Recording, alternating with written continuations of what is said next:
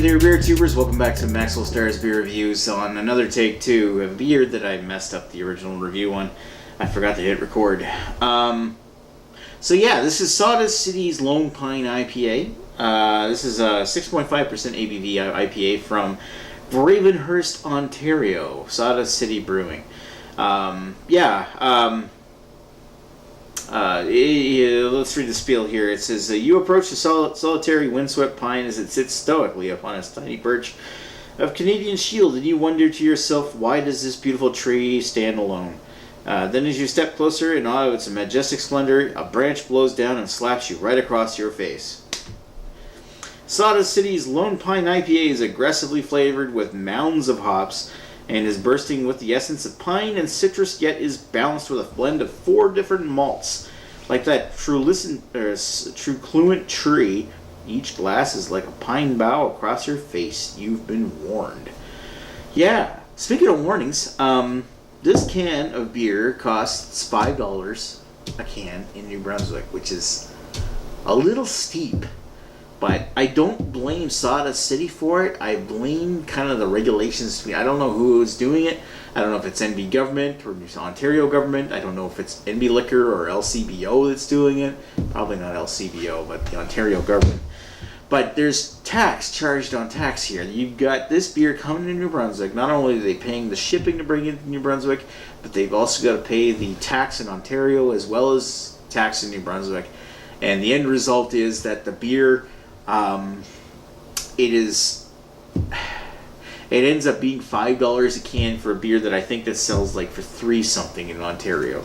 So I mean, it's not like maybe a huge markup, but it's significant. If you were to buy like 6 cans of this, you'd spend another $5-7 in taxes, for fuck's sake.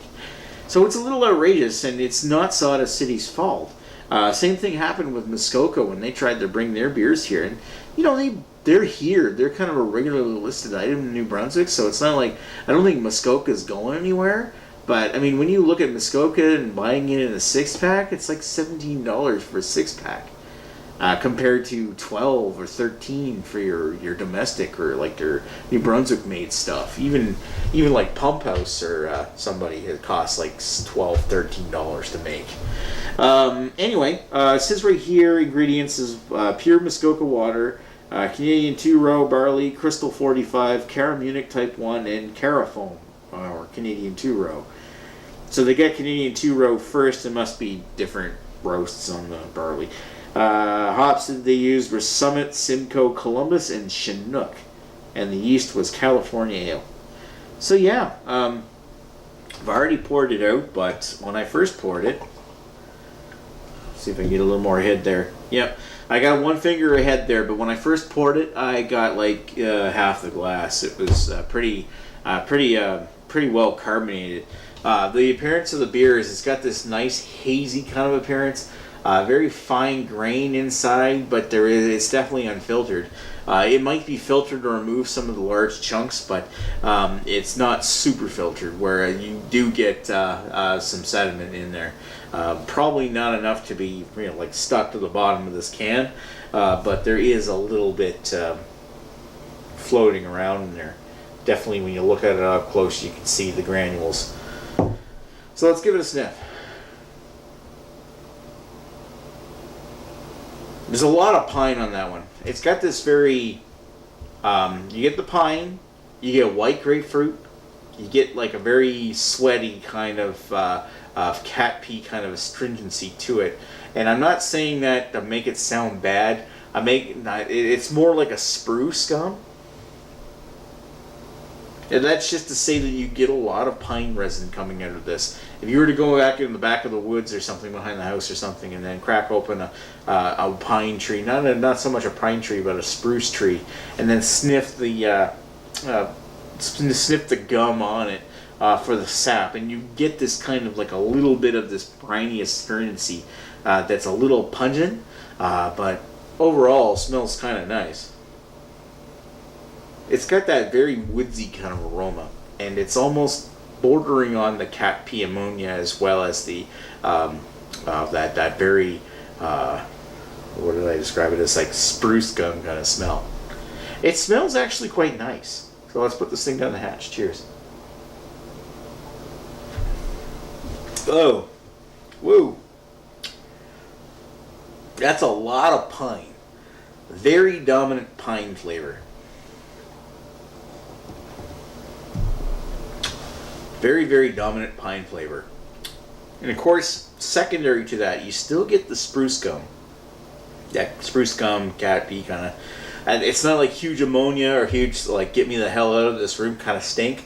But it's got this kind of, like, briny hook to it. This spruce gum kind of hook to it.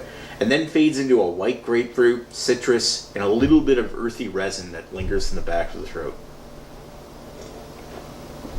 And it's not super pine forward either. It's not super hop forward. I mean, it is hop forward. It's very hop forward. But there is a little bit of caramel malt that's coming in the back that balance that right out. And it doesn't come off like, I mean, it does come off super bitter, but it doesn't come off unbalanced, is what I'm trying to say. And you still get a decent amount of caramel malt coming up the back. That said, it's not quite as well balanced as some IPAs I've had recently. And you still get a fair amount of bitterness that lingers around in the front, especially in the front of the roof of the mouth. And not so much like a lingering pine down the back of the throat, but almost like the roof of the mouth towards the back, that you get like right, you know, like towards the back before the air hole almost. At least that's where I'm getting it.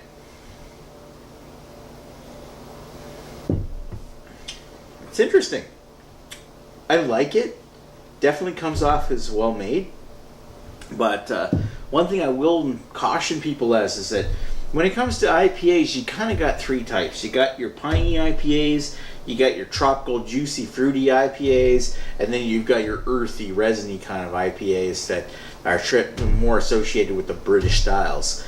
This one definitely falls into the category of the piney IPAs, but it's in the category of piney IPAs and well made enough that even if you're in the other categories, you might like this beer. But be cautious. $5 for a beer that's very, very piney is a lot. So you may not like this one. If you like the citrusy IPAs, you know, be warned. But at the same time, I think that anybody who enjoys IPAs is going to enjoy trying this beer at least once. As such, I'm going to give it a 3.75 out of 5. I mean, me personally, I love the grapefruity, citrusy, tropical fruit IPAs. But in this situation, I think this is well made enough for me to give a decent rating to.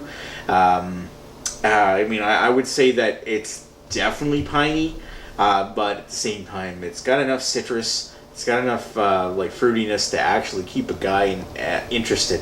And if you like the earthy stuff, you might just like branching out into that kind of beer. I would definitely try it at least once. But keep in mind that $5 is a lot to pay. I mean, if you don't like piney IPAs, I'd probably avoid it. But if you do like piney IPAs, you're going to love it. So yeah, that's that's Maxwell Starr's beer review of Sawdust City Lone Pine IPA. Thanks for watching. Especially being patient with me on my second attempt at this review. But it's definitely worthwhile, and there's no way in hell I was going to let a beer review go when I spent $5 on a fucking can of this. Very, very nice looking, very tasty IPA. But I would be warned, it's also very piney. Thanks for watching. We'll talk to you folks later. Cheers.